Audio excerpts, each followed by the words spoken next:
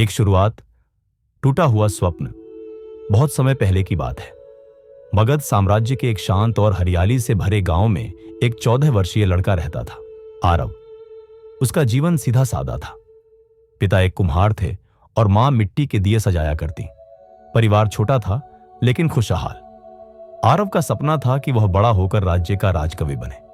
उसे श्लोक, कथा और धर्म ग्रंथों में विशेष रुचि थी। उसके पिता उसे हर शाम पढ़ने बैठाते और कहा करते, बेटा, ज्ञान ही वह दीपक है जो अंधकार को चीर सकता है। लेकिन एक दिन ऐसा अंधकार आया जिसने पूरे जीवन को ही निगल लिया। 2 रात सब कुछ बदल गया। 2 रात गांव में डकैतों का हमला हुआ।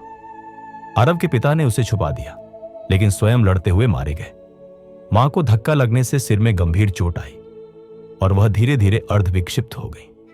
आरव अब अनाथ नहीं था, पर उसका सहारा, उसका सपना, उसकी हंसी, सब कुछ टूट चुका था। गांव वालों ने कुछ दिन तक सहायता की, लेकिन फिर कहा, अब यह लड़का हमारे किसी काम का नहीं, ये बोझ है। आरव अब न किसी के घर खाने के लिए बुलाया जाता, न कोई उसका हाल पूछता। वह मां की सेवा करता और रातों को अकेले रोता। 3. जीवन की कठोरता। आरव ने अपनी मां को बचाने के लिए गांव के बाहरी हिस्से में एक कुटिया बना ली। वह जंगल से लकड़ी लाकर बाजार में बेचता।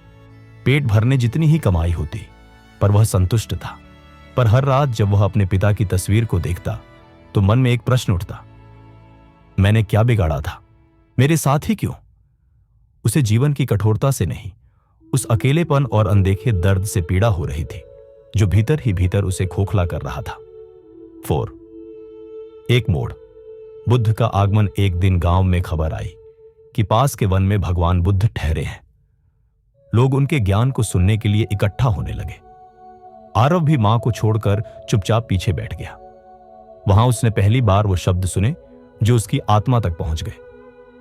दुख आना निश्चित है, लेकिन उस दुख से जो पीड़ा उपजती है वह हमारे मन की प्रतिक्रिया है। बुद्ध ने कहा, अगर किसी को तीर लगता है वह चोट खाता है, लेकिन अगर वह उस तीर को निकालने की बजाय गुस्से में, सवालों में, पछतावे में डूबा रहता है तो वह दूसरा तीर खुद ही चलाता है। आरव का हृदय कांप गया। क्या वह भी दूसरा तीर खुद पर चला रहा था? 5वां, ज्ञान की खोज।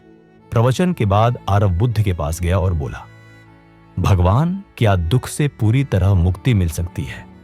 बुद्ध मुस्कुराए और बोले, नहीं पुत्र, दुख तो जीवन का सत्य है, लेकिन पीड़ा से मुक्ति मिल सकती है। वह तुम्हारे मन से शुरू होती है। बुद्ध ने आरव को ध्यान, मौन और आत्मचिंतन सिखाने की अनुमति दी। आरव ने मां की देखभाल की जिम्मेदारी एक बुजुर्ग महिला को सौंप दी और कुछ सप्ताह तक बुद्ध के सान्निध्य में रहा। वहां उसने मन को देखना सीखा, दर्द को महसूस करना, लेकिन उससे चिपकना नहीं। 6. भीतर का परिवर्तन। शुरुआत में जब ध्यान में बैठता तो पिता की मृत्यु, मां की दशा, गांव वालों के ताने सब उसकी आंखों में उतर आते। वह कांप उठता, लेकिन बुद्ध ने कहा, भावनाएं आएंगी, जाएंगी, तुम बस उन्हें देखो, उन्हें पकड़ो मत। धीरे धीरे आरव ने अपने भीतर एक गहरा मौन महसूस करना शुरू किया। अब उसे दुख तो था, लेकिन वह उसमें डूबता नहीं था। उसने पहली बार स्वयं को स्वीकार करना शुरू किया। 7. वापसी और नई दृष्टि। ध्यान साधना के कुछ हफ्तों बाद आरव गांव लौटा। वही जंगल, वही लोग, वही तकलीफें, लेकिन आरव बदल चुका था। अब वह हर कठिनाई को एक अवसर की तरह देखता था। वह सुबह उठता, मां को स्नान कराता, फिर जंगल से लकड़ी लाता और रात में आसपास के बच्चों को पढ़ाता। धीरे धीरे गांव के लोग भी बदलने लगे। एक बार फिर लोग आरव की मां को आदर से देखने लगे। लोग आरव से मार्गदर्शन मांगने लगे। 8. आरव। अब ज्ञान का दीपक सालों बीत गए। अब आरव 25 वर्ष का था। उसकी कुटिया अब ज्ञानशाला बन चुकी थी, जहां दूर दूर से लोग आते, ध्यान सीखने, पीड़ा से मुक्त होने।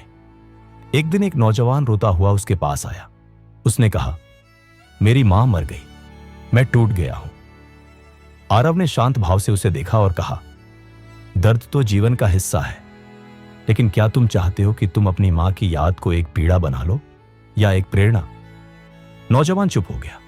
आरव ने फिर कहा, दूसरे ने तीर चलाया, यह तुम्हारे हाथ में नहीं था, लेकिन क्या तुम वह तीर रोज निकालोगे या उसे चुभने दोगे? यह तुम्हारा चुनाव है। 9। आरव की बुद्धि संपूर्णता की ओर। एक दिन बुद्ध ने स्वयं एक संदेश भेजा, आरव, अब तुम केवल एक शिष्य नहीं बल्कि एक दीपक बन चुके हो। आरव ने विनम्रता से उत्तर दिया, मैंने बस एक बात सीखी है, दुख आएगा, कोई नहीं रोक सकता, लेकिन मेरे मन की शांति वह मेरे ही हाथ में है। 10।